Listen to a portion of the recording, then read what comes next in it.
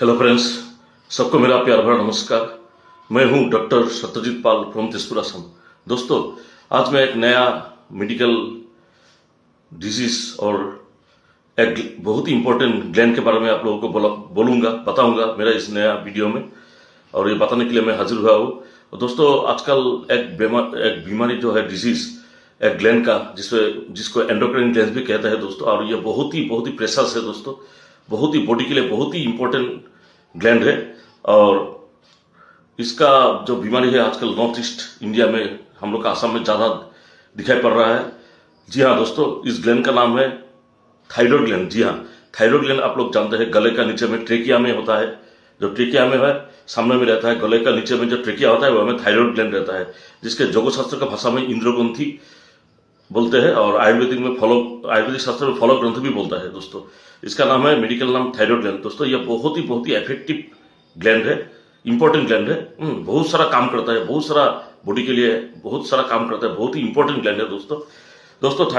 ये जो ग्लैंड है उस ग्लैंड से एक लिक्विड रस जूस निकलता है, जिसको हम लोग थायरोक्सिन हार्मोन बोलते हैं दोस्तों। ये बॉडी के ब्लड में मिल जाता है और तरह तरह सा फिजियोलॉजिकल वर्क करता है बॉडी में। और थायराइड ग्लैंड जो है हम लोग का गले में, उसको हम लोग का जो दिमाग में ग्लैंड है ब्रेन में, जो जिसको पिट्यूटरी ग्लैंड बोलता है, पिट्यूटरी ग्लैंड उसको थायराइड ग्लैंड को कंट्रोल करके रखता है। पिट्यूटरी ग्लैंड से एक हार्मोन निकलता है जिसका नाम है थायराइड स्टिमुलेटिंग हार्मोन। जी हाँ, टीएचएस जो निकलता है वही थायराइड ग्लैंड जब एक्टिव होता है तो थायराइड ग्लैंड काम करने लगता है, ठीक है ना। तो पिट्यूटरी ग्लैंड का बहुत ज्यादा रोल होता है थायराइड ग्लैंड को प्ले करने के लिए। हाँ, तो दोस्तों, थायराइड ग्लैंड में जो हार्मोन निकलता है, बहुत सारा हार्मोन निकलता है, उसको एक्साइज में थायरोक्सिन हार्मोन बोलते हैं दोस्तों। तो ये थायरोक्सिन जो हार्मोन होता है वो होता है मोनोआइडोथायरोनिन, डाईआइडोथायरोनिन, ट्राईआइडोथायरोनिन, टेट्राआइडोथायरोनिन और फाइनली थायरोकैल्सिटोनिन। ये जो पांचों हार्मोन निकलता है तो एक साथ को बोलता है थायरोक्सिन हार्मोन। जी हाँ, तो थायराइड जो डिसऑर्डर होता है, जो डिसीज होता है, तो यही जो हार्मोन जो खास करके T3 T4 लेवल को टेस्ट करने के बोलता है ट्राईआइडो और टेट्राआइडो, ठीक है ना दोस्तों। इसका बहुत सारा फंक्शन है हम लोग का इंसानी बॉडी में, फिजियोलॉजिकली फंक्शन करता है, बहुत सारा इंपॉर्टेंट काम करता है थायराइड ग्लैंड। बहुत ही महत्वपूर्ण ग्लैंड है दोस्तों। इंद्रग्रंथि बोलता है योगशास्त्र में और फलग्रंथि भी बोलता है। तो थायराइड ग्लैंड क्या करता है, एंजाइम जो हम लोग का डाइजेस्टिव में एंजाइम जो निकलना चाहिए उसको कंट्रोल करता है, जिसके वजह से हजम शक्ति ठीक होता है। अगर इसका ग्लैंड का कोई बीमारी हो तो आपको हजम जो डाइजेशन इंडाइजेशन होगा, आपका हजम भी ठीक से नहीं होगा, ठीक है। और बॉडी का मेटाबॉलिज्म में ये बहुत ज्यादा रोल प्ले करता है। और इसके वजह से हार्ट का जो फोर्स में जो फ्रीक्वेंसी आता है, फोर्स एंड फ्रीक्वेंसी, इसके वजह से कभी बढ़ता है कभी कमता है, ठीक है ना। इसका जो वीक है, अगर कम जाएगा फ्रीक्वेंसी, अगर इसका ज्यादा काम हो रहा है तो फ्रीक्वेंसी बढ़ सकता है, फोर्स बढ़ सकता है, ठीक है, हार्ट का। और दोस्तों, ये ग्लूकोज को भी एब्जॉर्प्शन करता है, ग्लूकोज को भी शोषण करता है बॉडी में।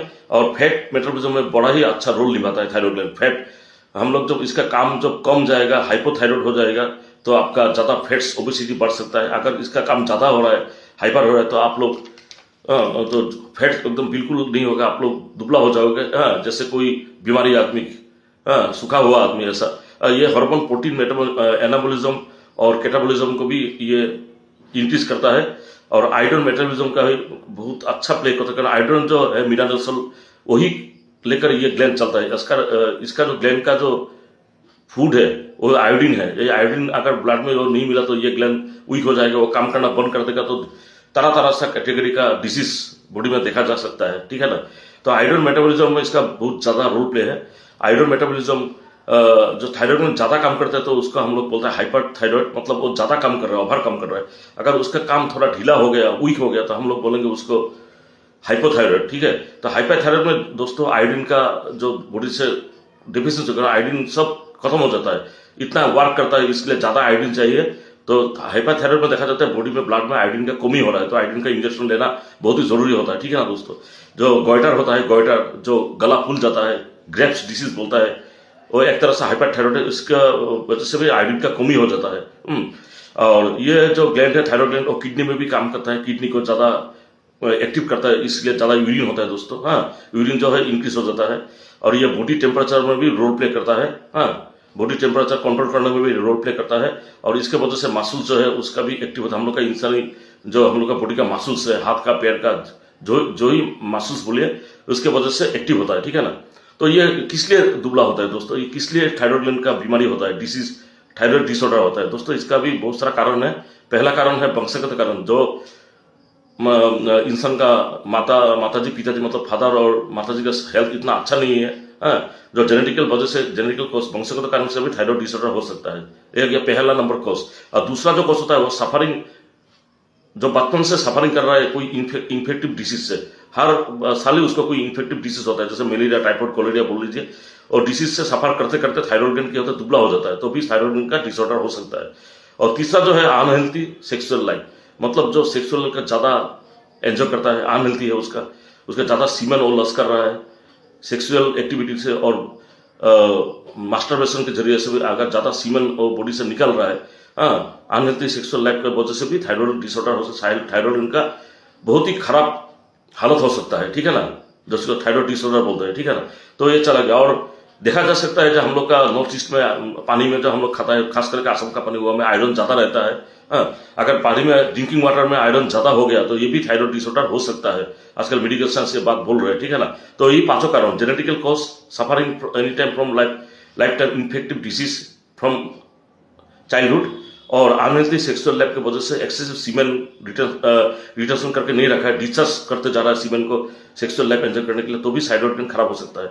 और excessive iron in drinking water में ज्यादा से आयरन रहने से भी ये पकड़ सकता है, ठीक है ना। तो थायराइड ग्लैंड के डिसीज से आयरन का कमी होता है दोस्तों। एक डिसीज होता है हाइपोथायरॉइड, जिसमें थायराइड ग्लैंड का फंक्शन कम हो जाता है, हार्मोन कम निकलता है, वो हमें पेशेंट को ओबिसिटी ज्यादा हो जाता है, पेशेंट मोटा हो जाता है, मोटापा का शिकार हो जाता है, उसका ज्यादा वेट बढ़ जाता है। और दूसरा जो हाइपर, वो जितना काम करना चाहिए उससे ज्यादा काम कर रहा है, over activity of thyroid gland, तो क्या होता है आपका जो बोलता है एक्सोथेल्मिक ग्वाइटर आपको पकड़ सकता है। आपका थायरोइडाइटिस भी हो सकता है, इन्फेक्शन जो होता है थायराइड ग्लैंड का, जिसमें क्या होता है बुखार आता है, गले में दर्द आता है, खांसी होता है, ब्रीदिंग प्रॉब्लम भी रहता है, कभी कभी सर में होता है, थायरोइडाइटिस बोलता है, ये सब बीमारी हो सकता है, ठीक है ना। तो देखा जाता है वीक फंक्शन, थायराइड ग्लैंड जब वीक फंक्शन करता है तो हम लोग का बॉडी में बहुत सारा सिम्टम आता है, जैसे डेंटल प्रॉब्लम लगा रहता है, केरिस ऑफ टीथ होता है, जो दांत है वो डिस्ट्रॉय हो जाएगा, वो केरिस हो जाएगा दांत का, इन्फेक्टिव डिसीज लगा रहेगा, कोई भी इन्फेक्टिव डिसीज आपको अटैक कर सकता है, कॉलेरा, प्लेग, टीटानस, आपका इन्फ्लुएंजा बोलिए, डेंगू बोलिए, मलेरिया बोलिए, एनकेफेलाइटिस बोलिए, आप मर सकता है, आपका सफरिंग करना पड़ सकता है, अगर थायराइड का आपका वीक है तो। अगर थायराइड आपका वीक है तो आपको एलोपेशिया मतलब बाल झड़ जाएगा, बाल गिरने लगेगा और प्रीमेचर एजिंग आ जाएगा, ठीक है ना। आपका थायराइड ग्लैंड अगर वीक है तो आपका लो बीपी रहेगा हमेशा, आपका जो हार्ट है वो सदा ही दुर्बल रहेगा, वीक रहेगा, इतना शक्तिशाली हार्ट नहीं होगा आपका loss of power of vision, आपका देखने में भी कमी हो सकता है, जो देखने का जो पावर ऑफ विजन होता है उसको कमी होगा, आपका सर में दर्द रहेगा, हेडेक रहेगा, आपका खून का कमी भी हो सकता है, एनीमिया भी हो सकता है, प्रीमेचर एजुकेशन मतलब जिसको बोलता है शीघ्र पतन, प्रीमेचर एजुकेशन वो एक सेक्सुअल डिसीज है मेन लोगों का, ये भी पकड़ सकता है।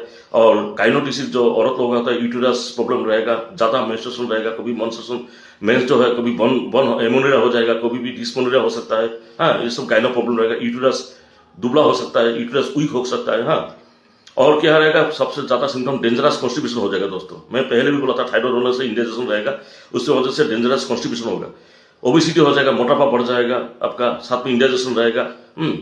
और औरत लोगों का, खास करके जो औरत लोग नया नया शादी किया है, बच्चा को पैदा किया है, माँ बन गया, उसका मामारी ग्लैंड जो है ब्रेस्ट डिसीज लगा रख सकता है, अनहेल्थी जो मामारी ग्लैंड है, ब्रेस्ट का जो मेच्योरिटी नहीं होगा, ब्रेस्ट अनमेच्योरिटी हो जाएगा, उसमें दूध निकलना बंद हो जाएगा, जिसको मामारी ग्लैंड का डिसऑर्डर बोलता है। वो थायराइड ग्लैंड अगर वीक है तो काम करना, जितना काम करना चाहिए उतना कम काम नहीं कर रहा है, हार्मोन नहीं निकल रहा है, तो हाइपोथायराइड की वजह से भी औरत लोगों का मेमोरी ग्लैंड का भी, ब्रेस्ट का भी डिसीज हो सकता है, ठीक है ना।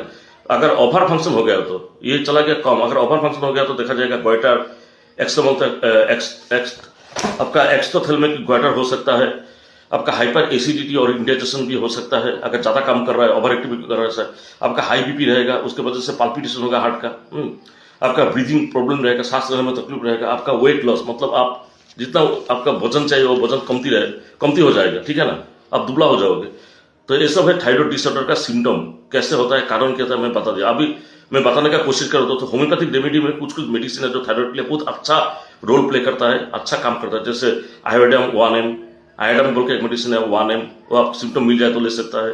स्पोंजिया क्रोस्टा है 1M, उसको भी ले सकता है। लेपिस एल्बम जो है वो बहुत अच्छा काम करता है थायराइडाइटिस के लिए, वो भी ले सकता है। अगर सिम्टम मिल जाए तो डॉक्टर को दिखाने के बाद थायरोडिनम बोल के एक मेडिसिन है, थायरोडिनम, वो थायरोइड डिसऑर्डर के लिए देते हैं हम लोग।